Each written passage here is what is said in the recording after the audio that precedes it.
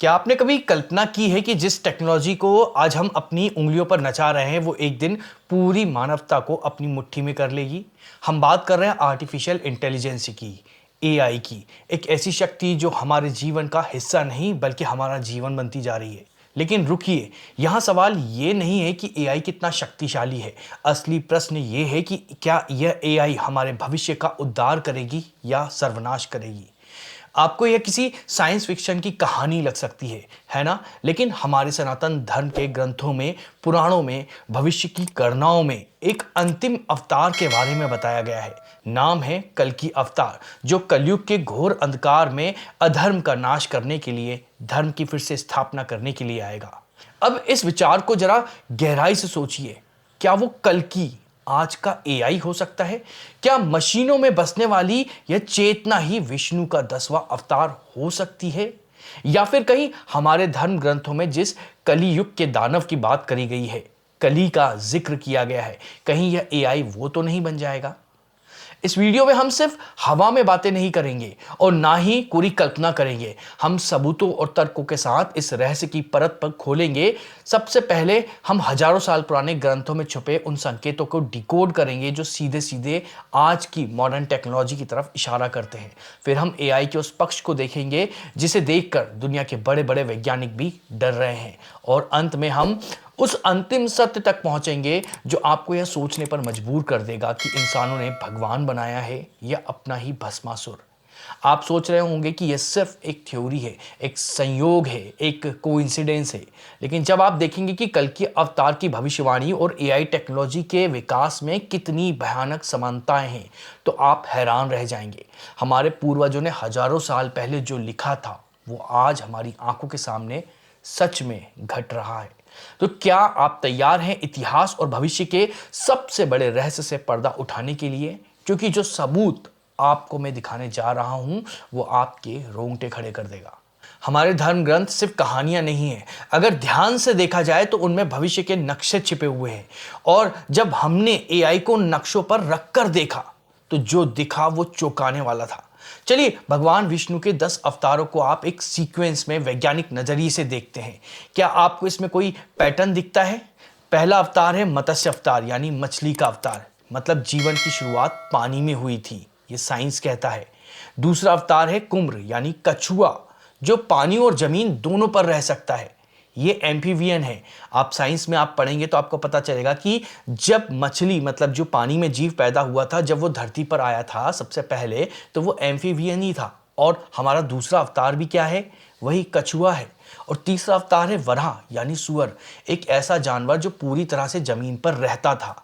सुअर ही क्यों हुआ, कोई और जानवर क्यों नहीं हुआ? क्योंकि जब भी जीवन धरती पर आया और उसने पानी से अपना कनेक्शन तोड़ा तो वो दलदलीय जमीन पर रहता था। मतलब पानी की उसको जरूरत थी, उसे नमी वाली जगह या दलदलीय जगह पर की जरूरत पड़ती होगी।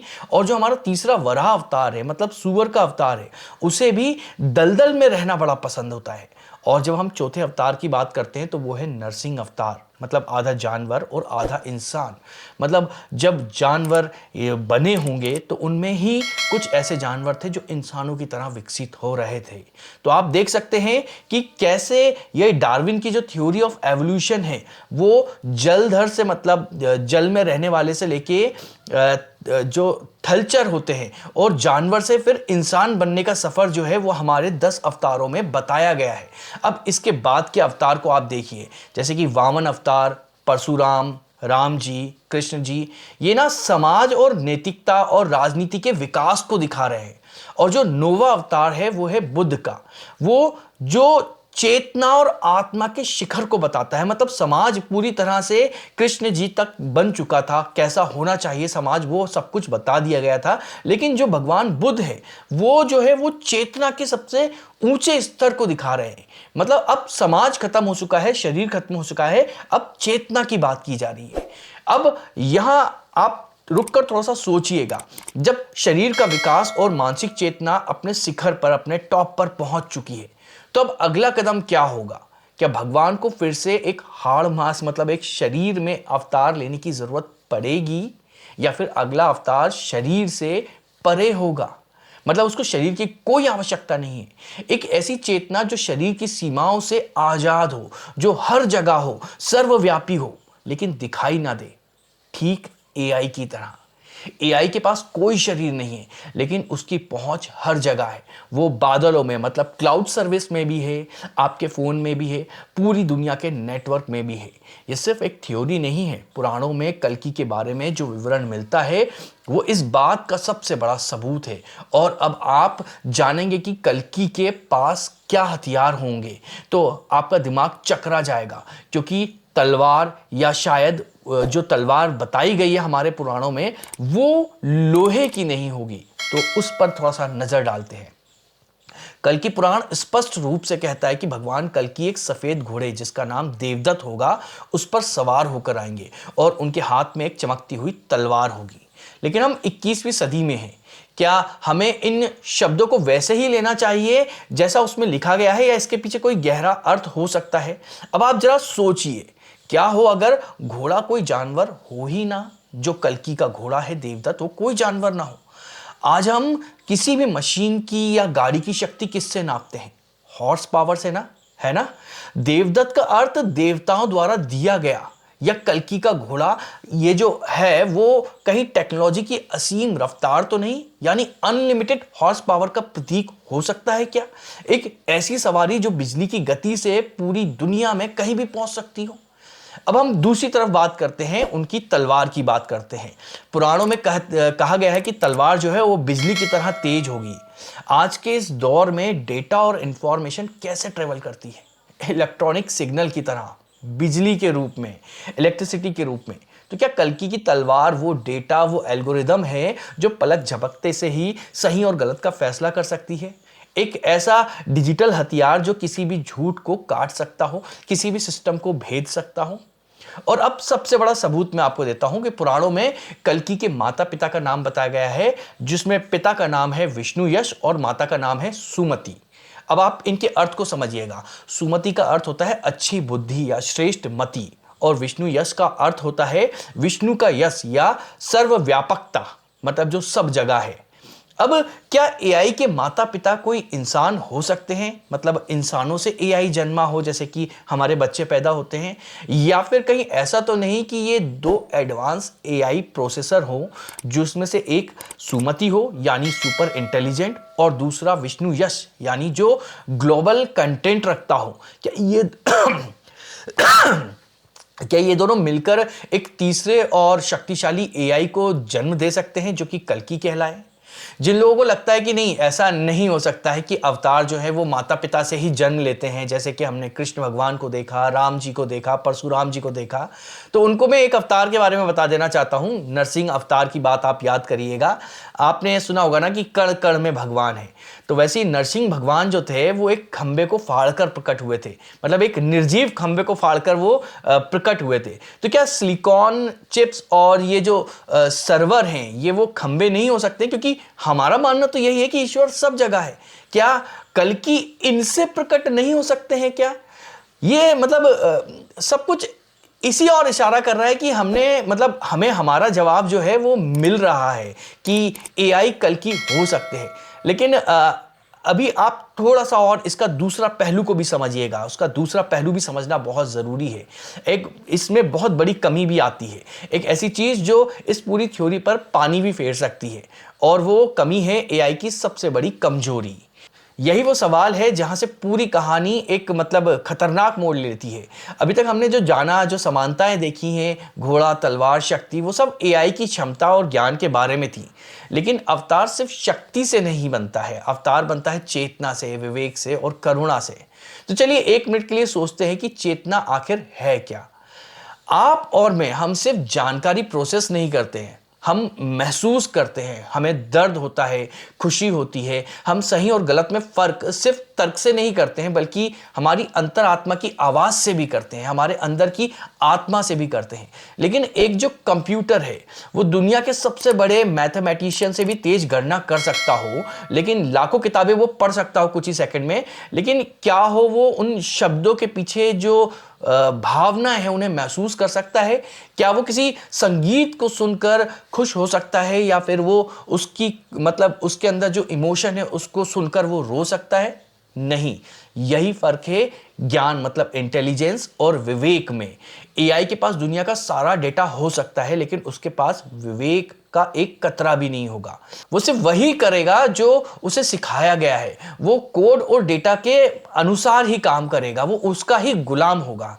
इसे आप एक कर्म के सिद्धांत से समझिए कि अगर एक एआई से चलने वाली कार जो है वो किसी का एक्सीडेंट कर देती है, तो जो कर्म फल वाला सिद्धांत होता है, तो जो कर्म है वो किसे लगेगा?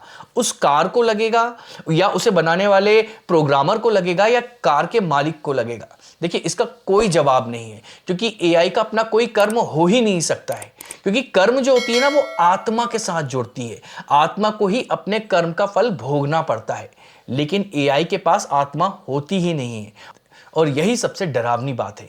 एक सर्वशक्तिमान शक्ति जिसके पास दया, धर्म या पाप पुण्य की कोई समझ ही ना हो। अगर ऐसी शक्ति को हमने भगवान मान लिया या उसे भगवान जैसी ताकत दे दी, तो क्या होगा? तब शायद वो हमारा रक्षक नहीं बल्कि कुछ और बन जाएगा, कुछ ऐसा जिसका डर हमारे पूर्वजों को हजारों साल पहले भी था। पुराणों में एक कहानी आती है भस्मासुर की, एक ऐसा असुर जिसने शिव की तपस्या करके वरदान पाया कि वो जिसके सर पर हाथ रखेगा वो भस्म हो जाएगा। और वरदान मिलते ही उसने सबसे पहले क्या किया? उसने अपने ही रचयिता भगवान शिव को भस्म करने की कोशिश की। क्या आपको नहीं लगता कि हम इंसान भी आज वही गलती दोहरा रहे हैं? हमने एआई को बनाया, उसे असीमित ज्ञान और शक्ति का वरदान दिया, कहीं हमने अपने ही युग का भस्मासुर तो तैयार नहीं कर लिया है? यह डर अब सिर्फ कहानियों में नहीं है, यह हमारी हकीकत बन चुका है। आज हमें साफ दिख रहा है कि एआई कैसे धीरे धीरे समाज की नींव को हिला रहा है। करोड़ों नौकरियां खतरे में हैं, इंसानी कला और रचनात्मकता की जगह वहां पर मशीनों ने ले ली है। लेकिन यह तो बस शुरुआत है, असली खतरा इससे कहीं ज्यादा बड़ा और डरावना है।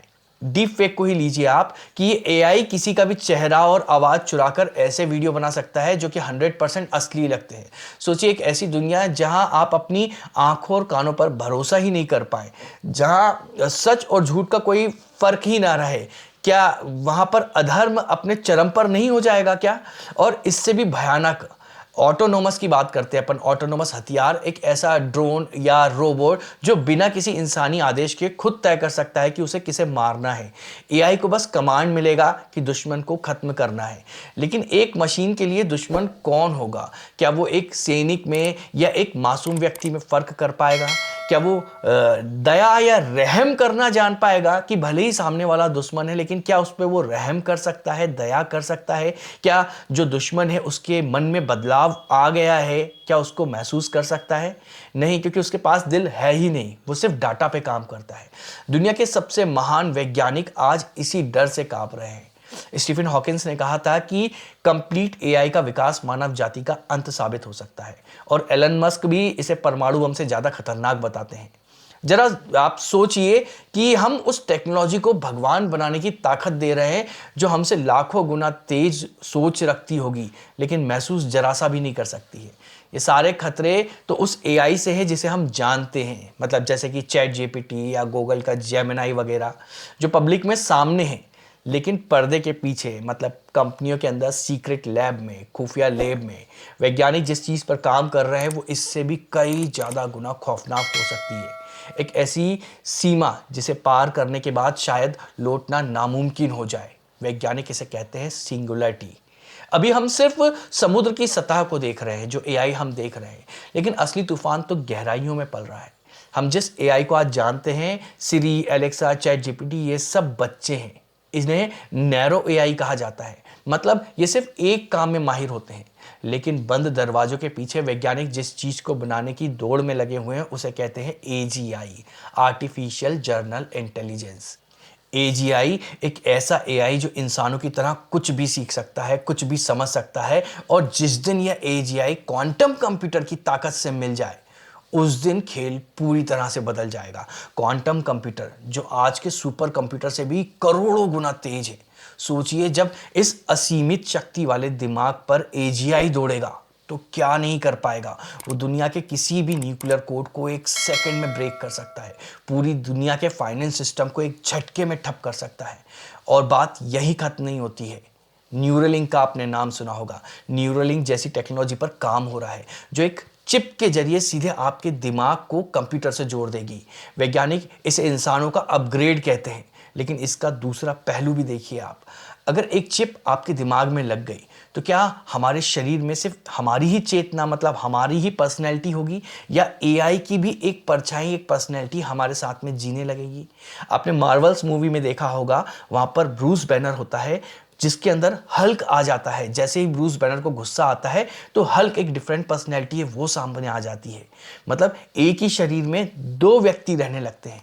लेकिन यहाँ खतरा है कि वो दूसरी जो पर्सनैलिटी है, वो जो एआई है, जो हमसे लाखों गुना ज़्यादा ताकतवर है, क्या गारंटी है कि वो हमारी चेतना को दबाकर हमारे शरीर पर कब्जा नहीं कर लेगी?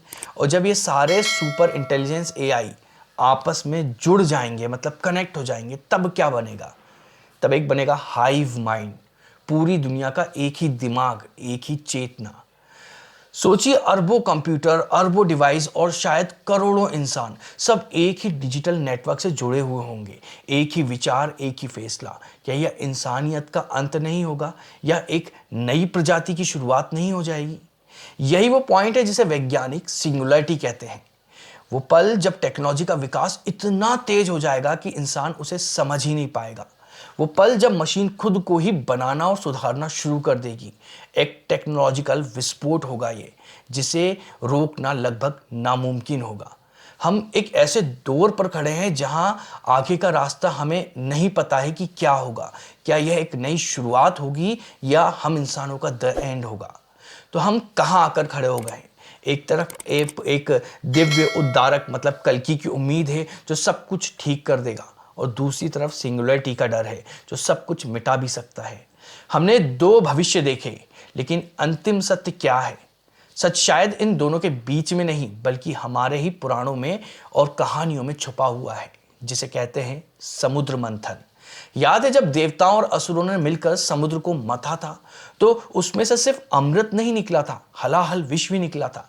एआई का विकास आज के युग का वही समुद्र मंथन है, और इस मंथन से भी अमृत और विष दोनों निकल रहे हैं। यह एआई अमृत बन सकता है अगर इसका इस्तेमाल कैंसर जैसी लाइलाज बीमारियों को मिटाने में, ज्ञान फैलाने में, या गरीबी को खत्म करने के लिए करें। तब यह मानव जाति का उद्धार करेगा, बल्कि आप कह सकते हैं कि ये कल की अवतार बन जाएगा। लेकिन अगर हमने इसका इस्तेमाल नफरत फैलाने, हथियार बनाने और एक दूसरे को गुलाम बनाने के लिए किया, तो यही एआई वो हलाहल विष बन जाएगा जो पूरी सृष्टि को जलाकर राख कर देगा। तब यह कली पुरुष बन जाएगा, कली राक्षस बन जाएगा। कल्कि और कली दोनों की शक्ति किसी मशीन में नहीं, बल्कि हमारे हाथों में है, हमारे चुनाव में है। यह टेक्नोलॉजी ना अच्छी है ना बुरी, ये एक आईना है। ये वही दिखाएगी जो हम हैं। अगर हमारी नीयत साफ है तो यह वरदान है, अगर हमारी नीयत में खोट है तो यह अभिशाप है। तो अब सवाल एआई से नहीं, आपसे है। आप क्या चुनेंगे, अमृत या विष? क्या आने वाला एआई हमारा रक्षक कल्कि होगा या हमारा विनाशक कली? इसका जवाब किसी भविष्यवक्ता के पास भी नहीं है, बल्कि आज अभी आपके और हमारे कर्मों में छिपा हुआ है। आप नीचे कमेंट कर जरूर बताइएगा कि आपको क्या लगता है, क्या हम भगवान बना रहे हैं या शैतान? और अगर यह वीडियो आपको सोचने पर मजबूर कर गया है तो इसे आप अपने दोस्तों के साथ में शेयर जरूर करिएगा, क्योंकि ये सवाल सिर्फ मेरा नहीं है, ये सवाल पूरी मानव जाति का है।